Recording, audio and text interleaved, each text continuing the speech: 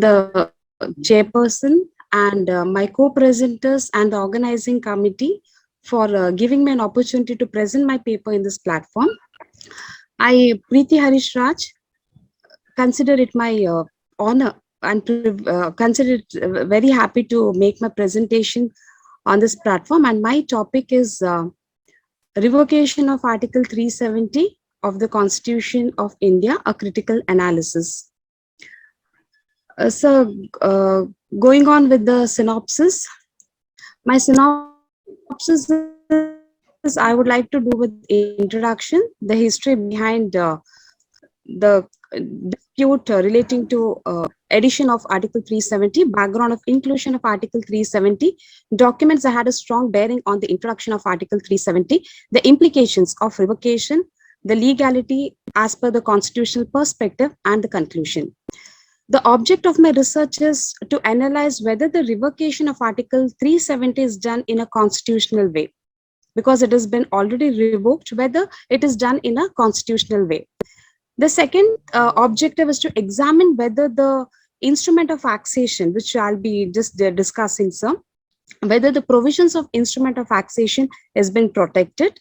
And the third thing is that to assess the impact of violation of fundamental right of the residents of the region. So I would like to move on with the introduction part, sir. So as you all know that Article 370, when we refer to Article 370, it is nothing but connected with Jammu and Kashmir, the state of Jammu and Kashmir, which is now called as a union territory. So if you look into the history of the Jammu and Kashmir, sir, earlier, before the British entered India in the year 1600 in the form of East India Company, when they came to India, they had a trade intention, but later on they started capturing the territory. So when they started capturing the territory, we had two kinds of territory called as a provincial government as well as a princely state. So in the year 1858, when the British, the company rule came to an end and we were governed by Her Majesty in the year 1858, so slowly Her Majesty started taking control over the entire territory of India, that particular region. So in the year 1935, under the Government of India Act of 1935, they had a proposal to have a federation, the federation of both province as well as a princely state. But at that time, there were 565 princely states in India, in the region as such, which is now called as India, 565 princely state. But none of the princely state agreed to have a federation. So the dream of having a federation as per the 1935 Act collapsed. So only the province government, which was under the British rule, they made a federation. But later on, as we all know, under the Indian Independency Act of 1947, when there was a partition between the territory and the domain, we had two dominions. One is called as the India and second is called as a Pakistan under the Indian Independency Act of 1947. At that time, this 565 princely states, they were released from the clutches of the British rule. So basically, this 565 princely state had an option. They had three options at that time, either to join India or to join Pakistan or to be neutral. So most of the small princely states, like even for example, Karnataka, if you take Karnataka, so basically what happened was that they joined the Federation of India. So some of the states, as per the geographical indication, they went into the domain of Pakistan. So most of the princely states came into the domain of India. But when we look into the concept of Jammu and Kashmir, which was one of such princely state who did not want to have any kind of collaboration, they wanted to be neutral. They did not want to either accede to India or accede to Pakistan. So here, what they did was that in the year, in August 15, 1947, they entered into an agreement called as a standstill agreement with India and Pakistan. They said that we are going to be neutral. So both the domains, that is India and Pakistan, they signed the standstill agreement. But later on, unfortunately, 2 months after the standstill agreement, Pakistan invaded Kashmir. The tribal man, that is a Pathan tribal man, they invaded Kashmir, and the Kashmir Maharaja then, that is a Dogra ruler, Maharaja Hari Singh, he was worried for his people. So he wanted the help of Indian what embassy. He wanted the protection of the Indian government. So when he had a talk with Prime Minister late Jawaharlal Nehru, so basically there was an agreement that was been entered, and that agreement is called as a instrument of accession. So the Maharaja Hari Singh had to enter the or sign the instrument of accession, and it was signed on October 26, 1947, whereby India became a part of whereby Jammu and Kashmir became a part of India.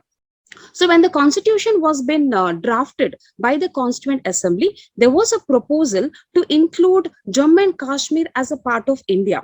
So basically, there was an article called as Article 306A. That was a draft article which was discussed in the Constituent Assembly.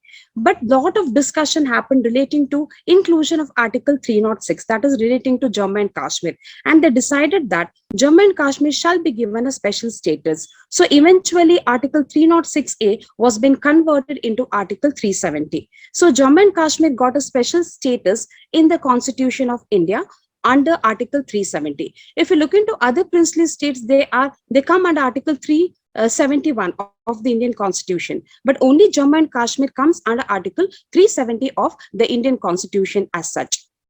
So as per this instrument of accession, lot of clauses are there. According to Article 370, when Article 370 was included in the Indian Constitution, Article 370 had a lot of clauses, and these clauses were somewhere related to the concept called as the instrument of accession. So when we look into the instrument of accession, I would like to refer two clauses of instrument of accession, that is Clause 7 and Clause 8. So Clause 7 of instrument of accession, which was signed by Maharaja Hari Singh, clearly stated that Maharaja Hari Singh will not accept any other constitutions of or any other changed constitution. So he is going to only refer the constitution of Jammu and Kashmir. So when Jammu and Kashmir was made as a part of India, they had their own constitution. They had a separate constitution from the year 1939. So basically, the state had its own constitution. So as per the instrument of accession, Maharaja Hari Singh made a declaration saying that he is not going to accept the Constitution of India. As per Clause 8 of the instrument of accession, which clearly mentioned that Hari Singh will not be forced to sign any changed constitution that happens or any amendment that happens to the Indian Constitution. And he will have the sovereignty over his territory. That means he will have the control over his territory. So these are the two clauses which were mentioned under the instrument of accession, which was accepted by then Maharaja Hari Singh as well as a Lieutenant Governor of India, then Mountbatten, along with the Prime Minister Jawaharlal Nehru. So this was a settlement that was been done. But later on, what happened was that, as you all know, Article 370 was been revoked. That is August 5th, 2019. The Union government, through the presidential order, revoked the special status that is given under Article 370. So here I would like to discuss. See, when Article 370 was been introduced to the Constitution of India in the year 1949, there was one more presidential order which was been passed by the President Dr. Rajendra Prasad, to add one more article to the Indian Constitution, that is Article 35A. See, Article 370 is just it is a connection of Jammu and Kashmir with India. But Article 35A has a strong bearing with the people of Jammu and Kashmir with that of the Indian Constitution. So Article 35A really talks about the rights which are given to the permanent residents of the state of Jammu and Kashmir, which is now called as a union territory. So people who were residing in Jammu and Kashmir, they were protected through the instrument of accession. And the government of India, through the presidential order in the year 1954, they had introduced an article called as Article 35A. So this Article 35A basically talks about the right of the people who were residing in Jammu and Kashmir then. So they had the right to buy the property, they had the right to have government job, they had the right to have scholarship, which is now missing because Article 370 has been abrogated or it has been revoked. Along with Article 370, even Article 35A stands revoked. So looking into the revocation or the implications that has happened after the revocation of our Article 370, I would like to discuss that the constitutional provisions of Article 370 has been it has been violated. So under Article 370, there is a clause 1. Under clause 1, we have two subclauses, that is clause C and clause D. So under clause C, initially when Article 370 was been included in the Constitution of India, clause C said that there is only two articles which will be applicable to Jammu and Kashmir. That is the Indian Constitution. Two articles will be applicable to Jammu and Kashmir. One is Article 1 and one is Article 370. As you all know, Article 1 talks about union and its territory. So Jammu and Kashmir was a state, but now it has been given the status of the union territory. So Article 371D says that Article 371D clearly says that the President of India can apply any other article or any other law. They can apply any other law of Indian Constitution to the state of Jammu and Kashmir. Because see, Jammu and Kashmir had their own constitution, they had their own laws. But as per the instrument of annexation, the Indian government had a right only on three subjects. One is called as defense, second is called as a foreign affairs, and third is called as a communication. Apart from that, the state legislature of Jammu and Kashmir, they were drafting their own laws relating to the state list, relating to the concurrent list as such. But only under these three subjects, the central government of India had the right to frame the laws. But when this abrogation was been done, Article 370 was been hindered. Because under Article 371D, it clearly says that President has got the right to apply other articles to the state of Jammu and Kashmir, provided the consent of the state government is very much essential.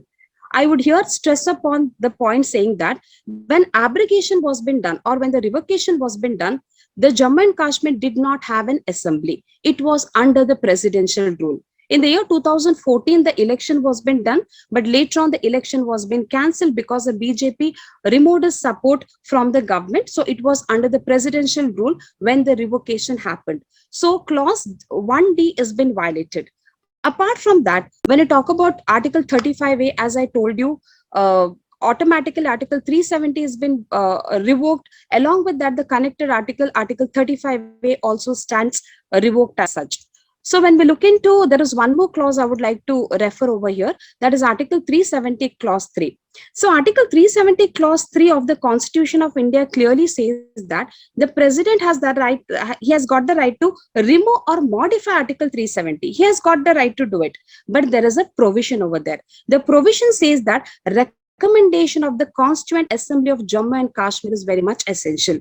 So President can do, he has an authority, but there is a condition that is attached to that. The condition clearly says that the concurrence or the consent of the Constituent Assembly is very much needed. But I would again stress saying that when the revocation was been done, Constituent Assembly was not there, because the state was under the presidential rule. Constituent Assembly was dissolved much earlier in the year 1957. Jammu and Kashmir Constituent Assembly was not there. So even this clause gets violated, or constitutionally, if you talk, this provision is getting, it was violated. Coming back to Article 367 of the Indian Constitution, which talks about the interpretation of the Constitution. So this clause talks about, this article talks about the interpretation, how Constitution has been interpreted. So when just before the revocation of Article 370, Article 367, which talks about the revocation, was been amended by the Parliament. The Parliament has added one more clause to that under Article 367, that is Clause 4, just before the revocation. The Clause 4, it says that, see, in Jammu and Kashmir, there was a government called as Sadr-e-Riyasat, but Sadr-e-Riyasat was been cancelled, and instead of Sadr-e-Riyasat, they converted into Governor of Jammu and Kashmir. So Governor of Jammu and Kashmir had the right over that particular state. So in this way, the amendment was been done, where the people of Jammu and Kashmir were not aware of that. Now, the last thing is that whether Article 370 could be amended under our amendment provision, that is Article 368. Basically, I would like to tell that Article 370 was been added through the constitutional provision. So it had to be taken back through the proper procedure, that is through the amendment provided under Article 368. But that was not been done. only under the presidential order it was been revoked. So whereby the constitutional provisions or the federal concept has been violated. So what has happened? What is the implications of that? See, implications of Article 370 is people, the fundamental rights of the people have been violated. The concept of equality, when I talk about Article 14, equality before law, equal protection of law, the concept of special rights, the concept of likes have to be treated alike, the concept has been violated. Not only that, people's freedom, right to press, right to movement, even during COVID time has been violated. Ban on internet restrictions, it has been done. And Article 35A, which is connected, which is called as the soul of the people of Jammu and Kashmir, is itself has been removed from the Indian Constitution. The area has been divided from the state. The area has been done as a union territory. People of Jammu and Kashmir have been bifurcated. You have Union Territory of Jammu, you have Union Territory of Ladakh. They don't have the assembly. Elections are not being conducted. The delimitation is going on. The government is trying to organize the territory just to have an election. There's so many things which are going on, and people of Jammu and Kashmir have lost their self-determination. Their right to self-determination also has been violated. Right to self-determination has been given under UN Declaration of Human Rights, that is Article 1 of UN Declaration of Human Rights. We are part of UN. So basically, people of that particular region have political, economic, social right. They have the right to form the government. But now, through the revocation, their right has been hindered. Not only that, there was a clause in the instrument of action saying that if the people of Jammu and Kashmir wanted to accede or they wanted to be a part of India, then the plebiscite, that is the will of the people, have to be taken into consideration. But before the revocation, the will of the people were not taken into consideration at all. The people were not being asked. They were not being given a chance. The government was not there in existence. So in the absence of the government, this this kind of revocation has been happened. So coming back to the conclusion, I would like to say that the Constitution of Jammu and Kashmir, Article 1 of the Constitution of Jammu and Kashmir clearly says that it is a part of India. Yes, we agree Jammu and Kashmir is given a special status because of certain circumstances. They have signed a different instrument of accession.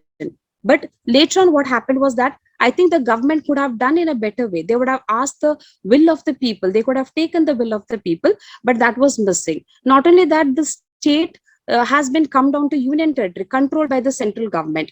Probably in future, it is a wish that the government would replace it with the back of the state, and the residents of that area, permanent residents, will be given some kind of a right. So this is my conclusion, sir.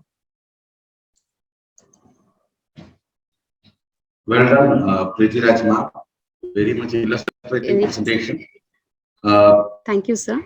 I think I have 2 points to be clarified. Yes, One sir. is about the rationale. Actually, when this 370 has been removed from the constitution and Yes, the status of J&K has been taken away, there was big discussion over the rationale of removing that article. So, and there were some points raised about the inclusion of this article, this special status for Jammu and Kashmir in the original constitution. I need your comments on that, because there was allegations that it was out of some vested interest of the then political leadership towards some soft corner of the leaders in Jammu and Kashmir. This article has been included, and this Jammu and Kashmir has been given the special status. One point, you please comment on this rationale of inclusion as well. Second thing, yes, in the wake of, please note down, in the wake of yes, sir, removal of this article, apprehending some political disturbances, what they have done was, they have actually blocked the freedom of speech and expression. The government has blocked the freedom of speech and expression of many individuals, including political leaders. The internet was shut down. Many things happened. So there was wide discussion over the right to internet, right to free speech, everything. So we need your comments on these two aspects. I hope you might have noticed both the points, please. Yes, sir. Yes, sir. So going to the first thing, sir, regarding inclusion of Article 370. So basically, Jammu and Kashmir, as I told you, it was not interested to join either India or Pakistan because they had their own constitution, they had their own laws at that time. But because of the invasion of the tribal men, Jammu and Kashmir, the Maharaja was very much apprehended about his people. Actually, there is a say, there is a comment saying that the Raja is Hindu and the majority is Muslims over there, but it is wrong, sir. We had Kashmiri Pandits also over there. So basically, Raja wanted to secure its people and he did not have any other way. But he made with only one intention. He had a condition over there, sir. So when we talk about other states, for example, you have other princely states also which joined they joined very happily with the Indian territory because they also signed the instrument of accession without any condition. But Jammu and Kashmir, when they signed the instrument of accession, there was a condition over there, sir, saying that as soon as the condition gets settled, everything becomes normal. Then the state has to be given its status back through the will of the people. And one more thing, if the people want to join the Indian territory, then the will of the people have to be taken into consideration, plebiscite. It has to be taken into consideration, sir. That was one condition. But later on, the condition became so because Jammu and Kashmir is called as paradise on earth. But after the partition, you must have seen, sir, there were a lot of attack from other neighboring countries also. So never there was a peace in that territory. Because of that, the Indian government did not remove it from the special status. But that is the reason why the special status was given, and it was given under Article 370. Why? Because instrument of accession was been signed based on a condition which was not been done by other princely states. They happily agreed. They said that we will have our own constitution. But when this division was been done, all the princely states were informed that if you want to be a separate country, you should have a own constitution. But other princely states were informed that if you want to be a separate country, you should have a constitution. But after the partition, the constitution was confiscated. Domain of India and Pakistan. It stood strong. But when there was an invasion, because the Indian government, neither Pakistan nor India will attack on them. They had that kind of a conclusion, but it went wrong. So based on that, just as the assistance, they took the help of the Indian government, and the government helped them by giving them the special status. This is my observation, sir, relating to your first point. And second thing, sir, yes, sir, through the abrogation, when the abrogation was been done, people should have been informed. See, sir, during at that time in the year 2019, immediately we had a COVID situation also. So at that time, internet ban was been done.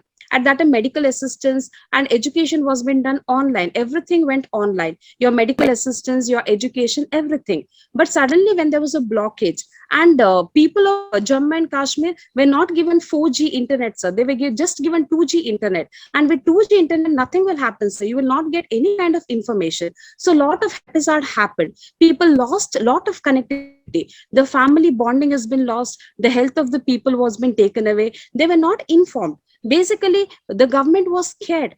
Once a revocation was been done, the government did not know how to face the people, so the internet blockage was been done so that they could control the people. They did not have any kind of information that was going on, sir. So that was a wrong, probably it was not a correct move by the government of India, whereby people have filed a case before the Supreme Court saying that their fundamental rights, speech, right to speech and expression, right to movement, has been hindered, sir.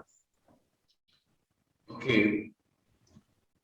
I Thank you, hope madam. I have Actually, this is it was the rationale for including or making this 370 special provision camp for Jammu and Kashmir was a fulfillment of a promise, reciprocal promise. yes, As sir, fulfillment of promise, sir. Yes, you sir.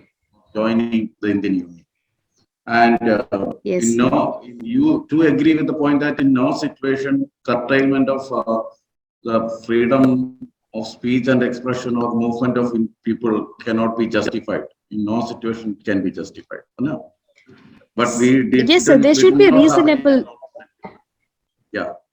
Yes, Okay. yes, Thank sir. you, ma'am. Very interesting Yeah, presentation and open for discussion. Important topic you have taken. Thank you. And yes, sir.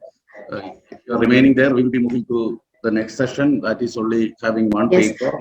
So Thank you, Preethi ma'am. thank sir. you very much. Yes, sir. Thank you so much, sir, for giving me an opportunity. It was indeed a Yeah, pleasure we are really presenting my sorry paper. to wait you long. So because of No, sir, the no bandwidth issues, sir. also. Actually, we couldn't come, sir, because we had this thing. We should be sorry, sir. We couldn't come there. But thank you so much, sir. It was indeed a nice gesture from you. Thank you so much, sir. Thank you very Another much. presenter from your own organization, that was Jayamol. Jayamol had presented in the morning. Yes, sir. Yes, sir. Yes, sir. Yes, sir. Okay. Thank you, sir. Thank you so much, sir. Thank you. Yes.